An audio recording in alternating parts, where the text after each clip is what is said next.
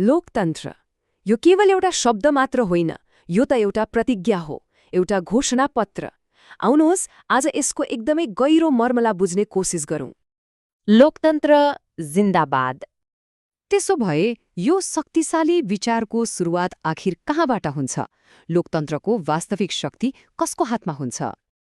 हो, यहीबाट। यो एउटा वाक्यले नै लोकतन्त्रको मुटु छुन्छ। हामी जनता। यो कुनै काल्पनिक कुरा होइन, यो नै शक्तिको एकमात्र वैध स्रोत हो। सरकार, कानून, संस्थाहरू सबैको सुरुवात हामीबाटै हुन्छ। तर जनता भनेको के हो त? यो केवल एउटा भीड मात्र होइन, यो त एउटा सङ्गठित सामूहिक शक्ति हो।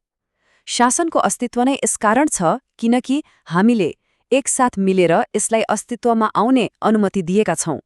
यो एउटा अधिकार हो जुन हामीले दिएका हौं।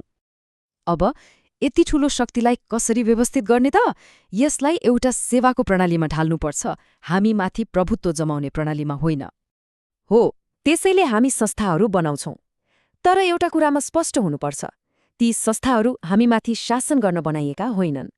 तिनीहरूको एकमात्र उद्देश्य भनेको त्यो शक्तिलाई सङ्गठित गर्नु र हामी सबैको साझा हितको लागि सेवा गर्नु हो। यहाँ हेर्नुस् त, लोकतन्त्रको पूरै संरचना कस्तो हुन्छ?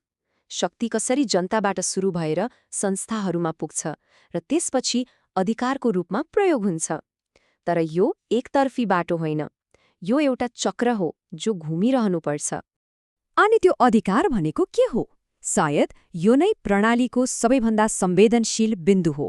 यो कुनै स्वामित्व होइन, यो त एउटा पवित्र जिम्मेवारी हो र यो जिम्मेवारी फिर्ता लिन पनि सकिन्छ। यसको अस्तित्व नै कर्तव्य पूरा गर्नका लागि हो, जनतामाथि प्रभुत्व जमाउनका लागि होइन। यो भनेको सेवाभाव हो, शासन होइन। र यो सबै कुरा एउटा एकदमै नाजुक तर त्यति नै पवित्र सन्तुलनमा टिकेको छ। लोकतन्त्रको स्वास्थ्य र जीवन नै यही सन्तुलनमा निर्भर गर्छ।